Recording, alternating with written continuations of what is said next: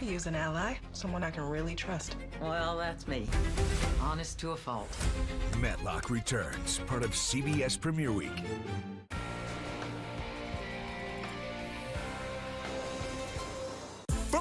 The Jennifer Hudson Show, tomorrow at 5 on WZMQ TV CBS, followed by 19 News at 6. Good evening, everyone. I'm Kevin Hodge. Tonight on your WZMQ 19 News, state leaders meet at a Lansing school to try and keep certain student programs that might get cut when a final budget is finalized. Plus, changes are coming to a vacant lot in Marquette. Plans for a 36-unit apartment complex is officially moving forward. We'll have the details from tonight's meeting. And at an assembly this morning, Marquette Senior High School revealed their new mascot to go along with their Sentinels theme. Your 19 News at 11 starts now. Live from the UP, this is WZMQ 19 News at 11.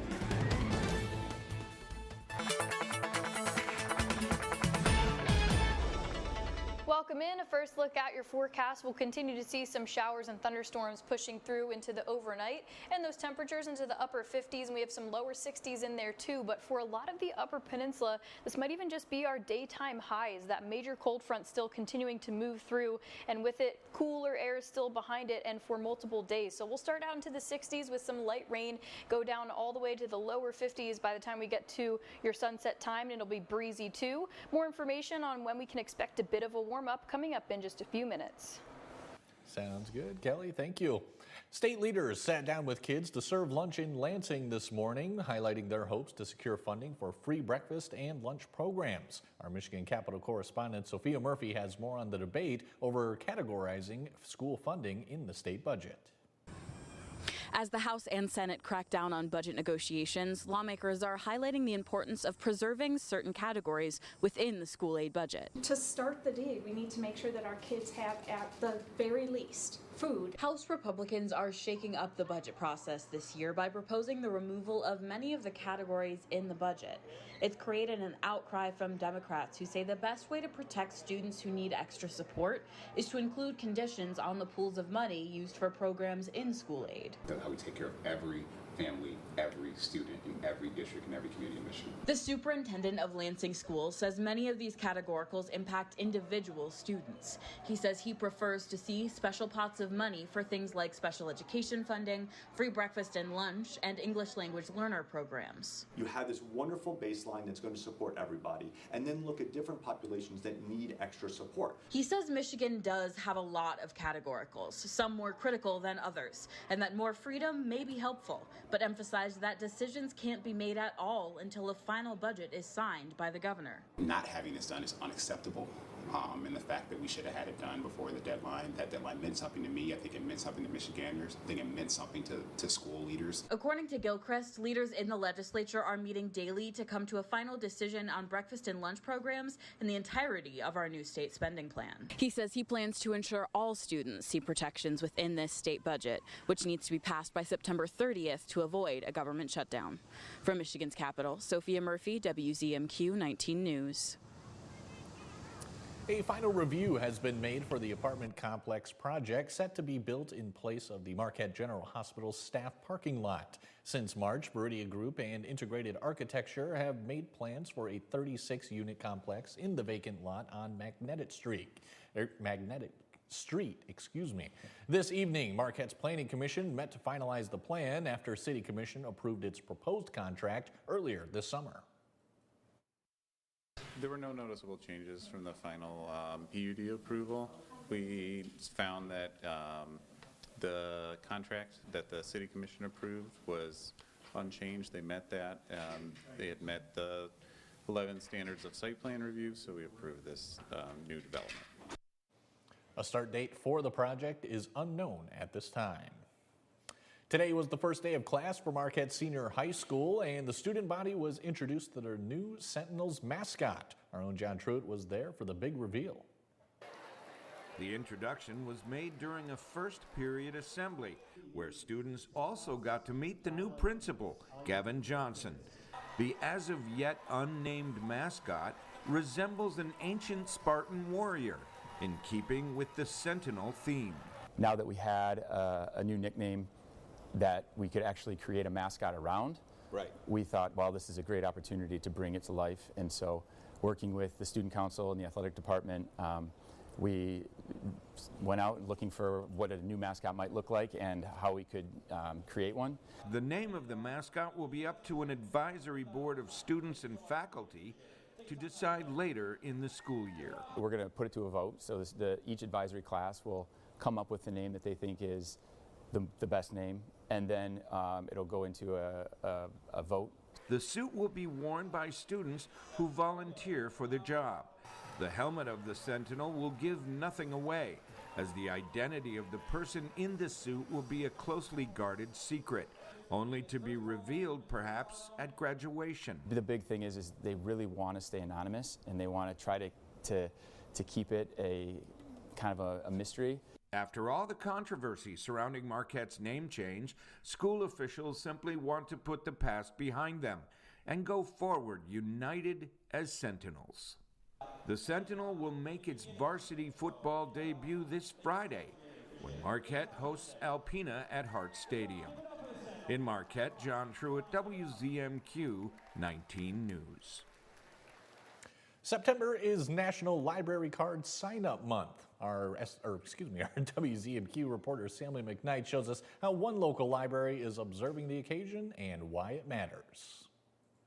For National Library Card Sign-Up Month, the Ishpeming Carnegie Public Library is using the occasion to showcase why libraries matter and all the programs they provide.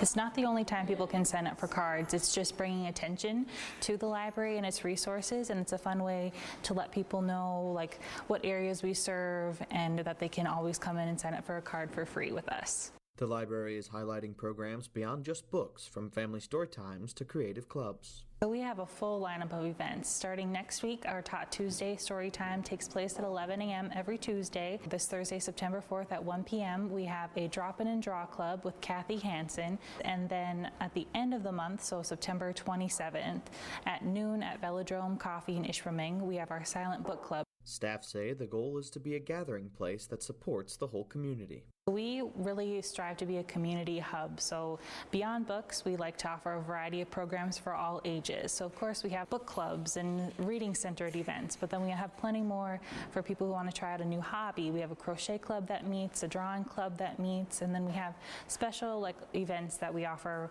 once a month. Unlike some communities where library usage is declining, Ishpeming's numbers are growing. In Ishpeming, our trend is the exact opposite. We are busier than ever, so our stats continue to increase each month compared to that month in the year previous. So people love to come to the library. Johnson says that demand shows how vital libraries still are in the digital age. We do have a lot of digital resources, but our focus is still on the physical space. You're on this phone so much, and it's nice to just be able to step away and read a physical book instead, and then also just be a space that people can gather.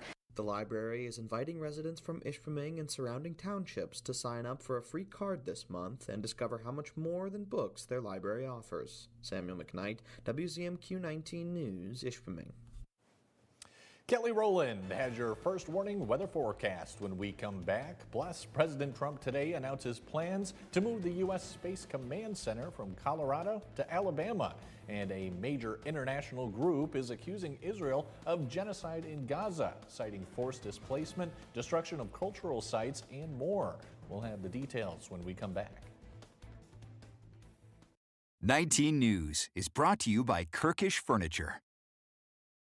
Looking for a car that won't fall apart on the way home? Bam! Come to John's Auto where cars are clean, run great, and don't smell like french fries. Does your car need a tune-up? Bam! Service department. Do you want your car to sparkle? Bam! Detailing department. Need a quieter sister? Bam! Wait. For the best pre-owned cars, the best service, and the best detailing, come to John's Auto Marquette. Closed captioning sponsored by Range Bank of Upper Michigan. This is extreme crime. To catch him, they'll use every trick in the book. We were operating against ghosts, and ghosts are tough to find.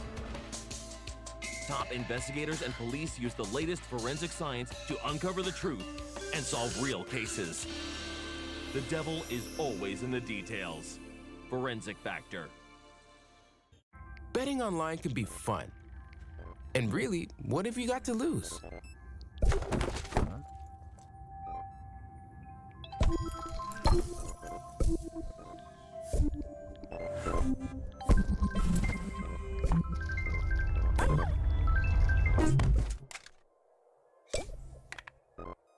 Don't regret the bet. For tips that will help, go to don'tregretthebet.org. A message from the Michigan Gaming Control Board. Pure Outdoor is the first program dedicated to increasingly popular outdoor and eco sports. Individual and adventurous. Journey to the world's most exotic, breathtaking locations. Pure Outdoor. Now, WZMQ TV 19 First Warning Weather with meteorologist Kelly Rowland.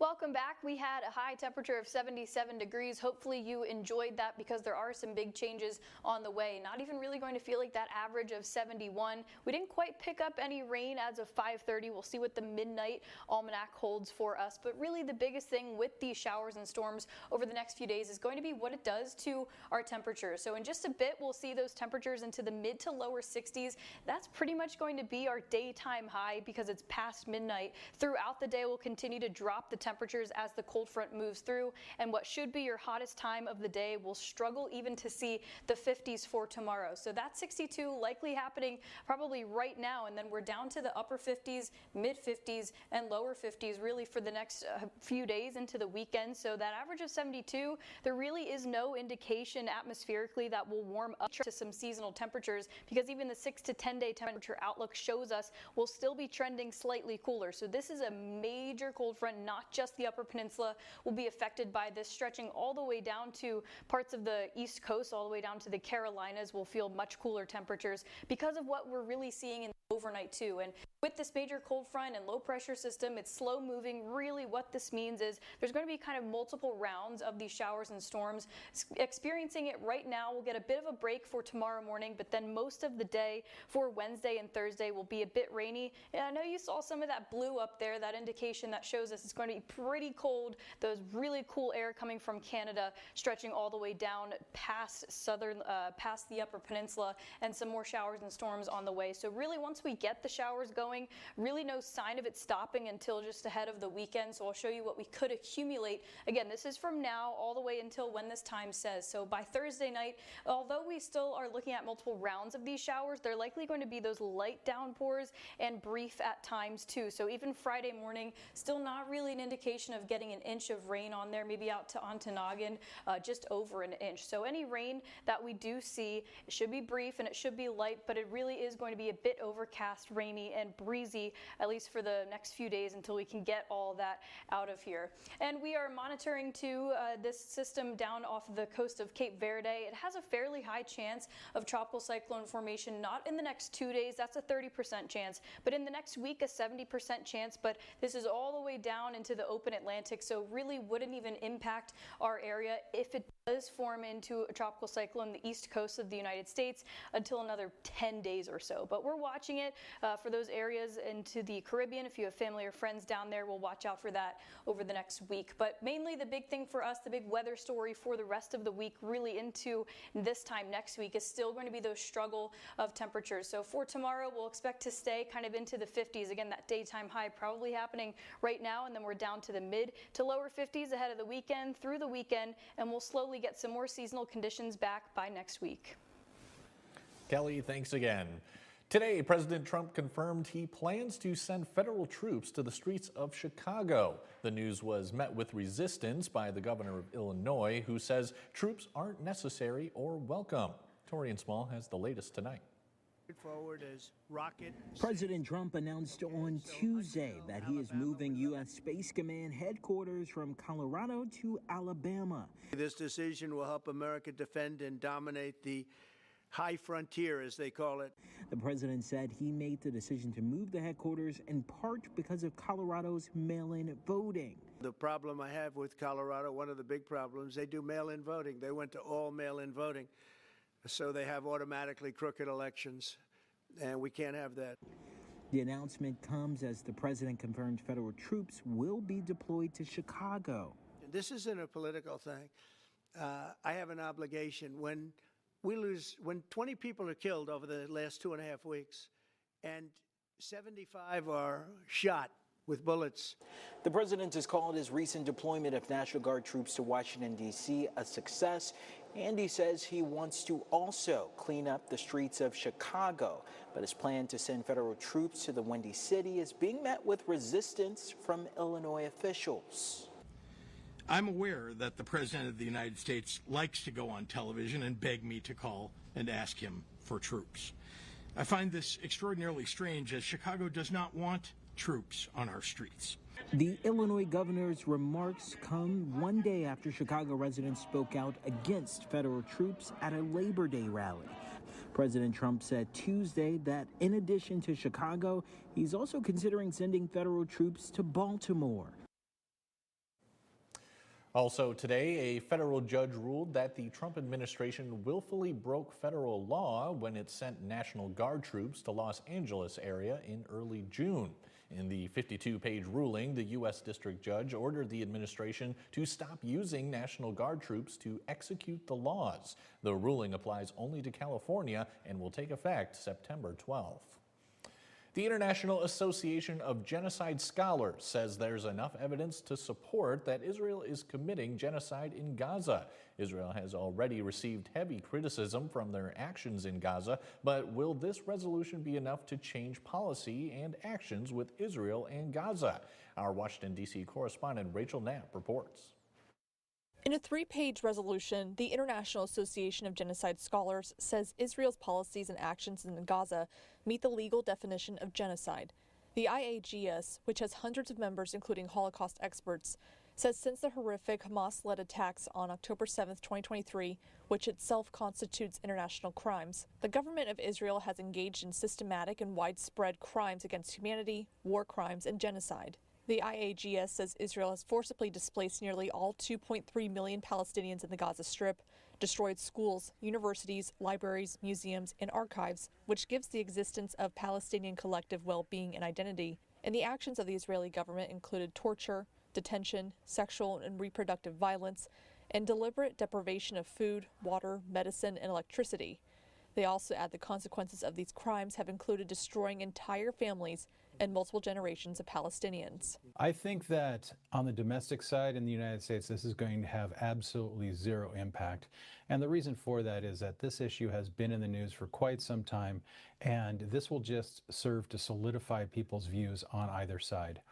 It's a little different internationally, where people are a little bit more attuned to these types of things, and I think it may have some resonance in the United Nations. This resolution adds fuel to the fire for Israel's actions in Gaza, which has received a lot of scrutiny. The resolution calls for Israel to cease all acts that constitute genocide, war crimes, and crimes against the Palestinians in Gaza. There's nothing that this resolution does that can force the hand of any international players. In Washington, Rachel Knapp, WZMQ 19 News. Mike Ludlam has your look at sports after the break. He has tonight's high school volleyball highlights, including Newberry and Munising. We're back in 2 minutes. Make the end of your summer unforgettable with Menards. Whether you're trying to beat the heat or looking for one last adventure, we have what you need to finish off summer strong. From creating the perfect place to entertain family and friends, to stocking up on your favorite summer essentials before they're gone. Stop in to Menards today and get everything you need for the end of the summer. Save big money at Menards. Car insurance for seniors can be very expensive. But don't assume that just because you're over 65 that you've got to pay outrageously high rates. Are you paying too much for your auto insurance? If so, you're just throwing your money away. Well, now is the time to check on your auto insurance rates. You may be able to save a lot of money. So call the number on your screen right now and find out how much you can save. 1-800-799-6506. When you need a body shop, skip the corporate shops and outside investors. Go with your hometown body shop, Superior Collision. Our family opened Superior Collision in 2002, and we're still the ones who own and operate it today. Some places talk about community. We actually stand with our community, donating monthly back into Marquette County. When you need collision repair, choose Superior Collision, your local hometown body shop. This is extreme crime.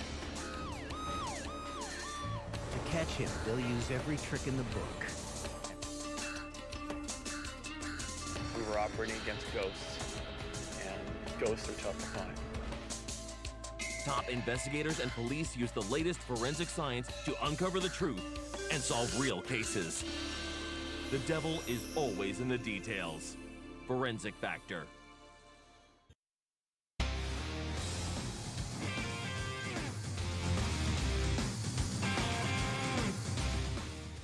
Good evening, everyone. High school volleyball is on the docket for a Tuesday evening. We went to Munising, where the Mustangs entertained Newberry. We'll pick up the action in set number 1. Newberry is in black closer to us. Sydney Duflo's kill attempt is taken by Kaylin Kinnitz. Carissa Dietzman to Sage Anderson. That's going to be good enough for the point. Mustangs have a 9-4 lead. Moments later, Kaylin Kinnitz, her turn to serve, and that's an ace. Munising has a 6-point advantage, and Newberry had to take a timeout.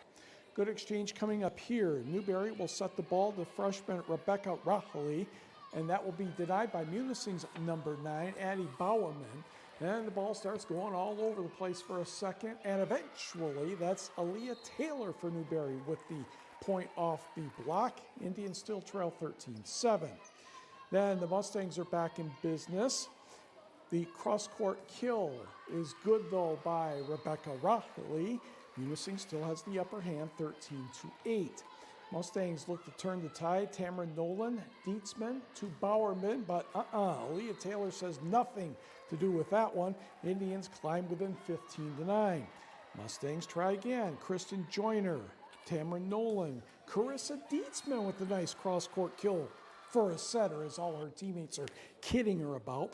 Munising won the first set 25-17. Newberry played better in sets 2 and 3, but Munising completed the sweep, 3-0.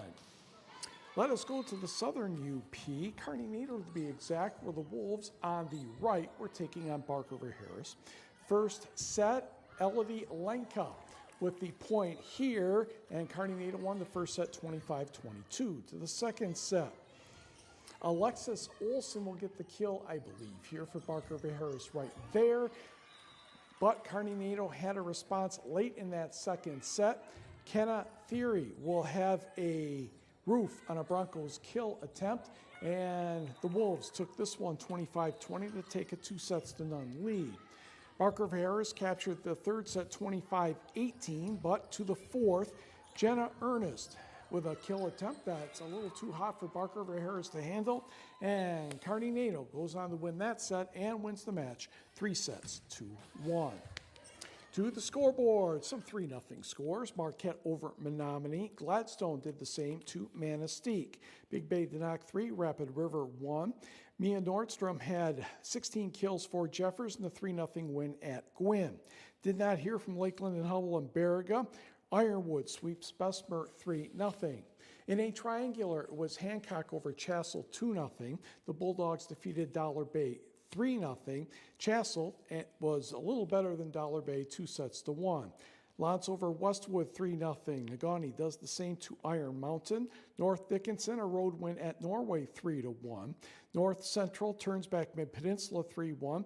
And in the close match of the night, Trail Creek 3-2 over Wakefield Marinesco 15-11 in the fifth. High school girls tennis, Negaunee blanks Gwynn 8-0 and Escanaba over Gladstone 6-2. Michigan Tech redshirt sophomore quarterback Alex Bueno has been named the Great Lakes Intercollegiate Athletic Conference Offensive Player of the Week. Bueno helped the Huskies to their first nationally ranked win since 2019, defeating 16th ranked Bemidji State 37-17 in the opener Thursday night. The Rochester Hills, Michigan native completed 62.5% of his passes, 15-24, for 188 yards and 2 touchdowns. Bueno also ran the ball quite well. He had a game-leading 102 yards, a touchdown on 16 carries. The Huskies visit South Dakota Mines Thursday with an 8 o'clock Eastern Time kickoff. NMU visits Northwood on Saturday. The larger Division I schools dominated this year's Island Resort Golf Championship at the Sage Run course in Harris Township. We arrived at the course yesterday with the early groups finishing on the 18th hole, which is a par 5, 635-yard hole. And like hitting a couple of baseball bats or something even better. North Central grad Bryson Mercier of South Dakota State with his approach. Very good. He made par. And Mercier struggled over the weekend, though. He had ended up 2 over par 258.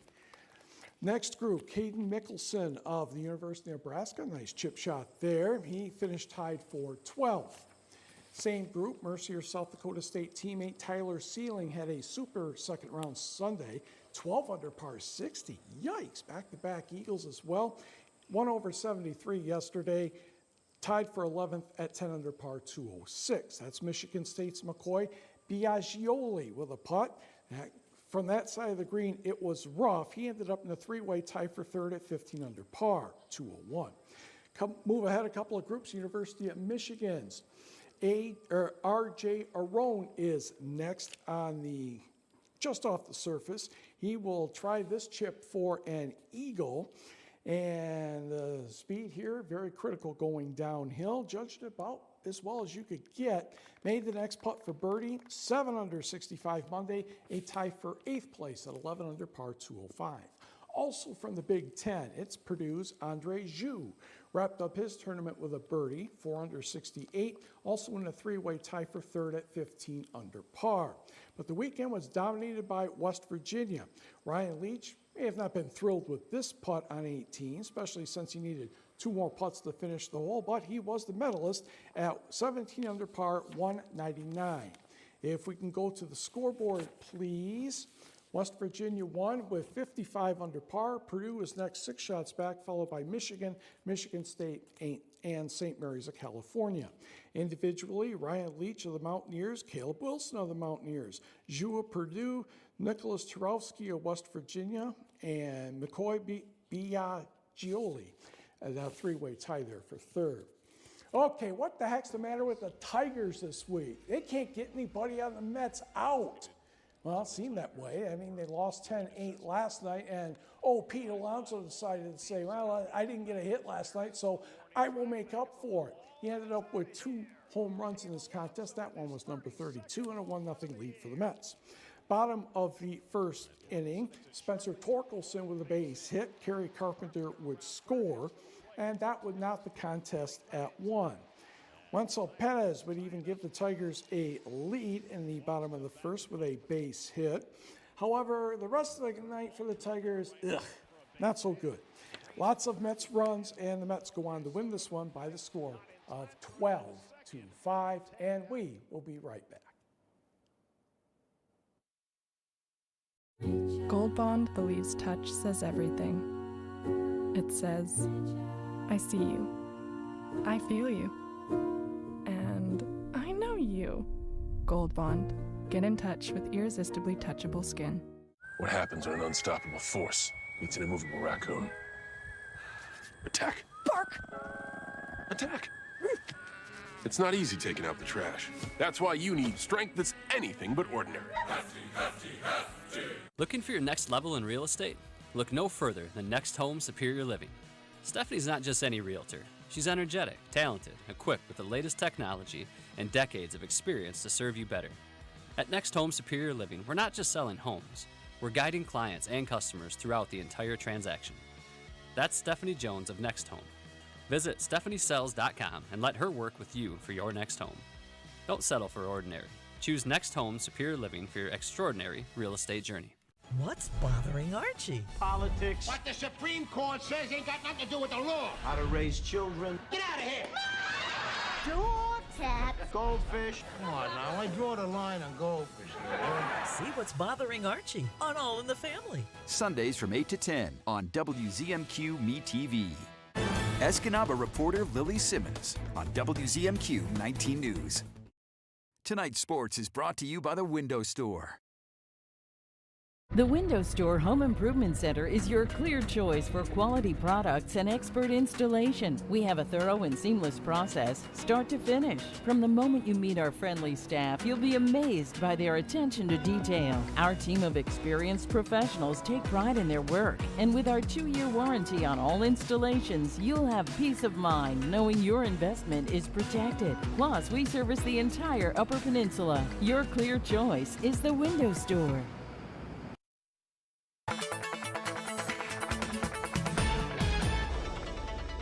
Welcome back. Final look at your forecast. The theme over the next few days is going to be cloudy, chilly, and rainy. We will still have that sunshine in there, and we'll have some pockets of some warmth embedded in there at times, but we're really going to struggle to see those mid-60s for tomorrow. Those showers and storms, still some sunshine down to Iron River and Menominee, Escanaba, but definitely the showers and storms for tomorrow. We'll slowly start to taper that rain off for you by Thursday morning, but we'll still have that chance of rain very scattered at that as we head into the weekend. But we'll start to dry things out too and get those temperatures back slowly but surely. But we're into the 60s for tomorrow, likely seeing those daytime highs early in the morning, down to the 50s for Thursday and Friday as you head into the weekend. Though it will be dry, again, it will still be chilly, so still have those plans, just have the extra layers, and we're back into the 60s by next week.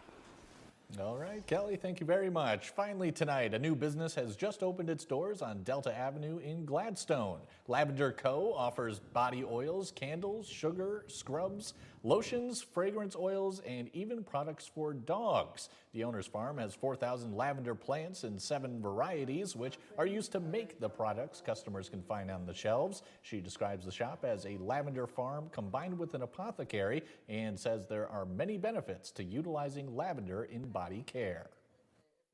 Lavender is like super great for you. It's antimicrobial, antibiotic, antiseptic. Like our hydrosol spray, if you have cuts and bug bites, spray it on, heals. It's soothing and calming and relaxing, so it's great to use before bed. We try to find something for everybody. Lavender Co. is the newest addition to the downtown Rialto Center. The owner says it's a great fit for the business, with neighbor Saunders Point Brewing even creating a special beer made with her lavender. Lavender Co. is open Tuesday through Saturday, and you can find hours of operation at WZMQ19.com. That's all for tonight, everyone. We'll catch you back here again tomorrow at 6.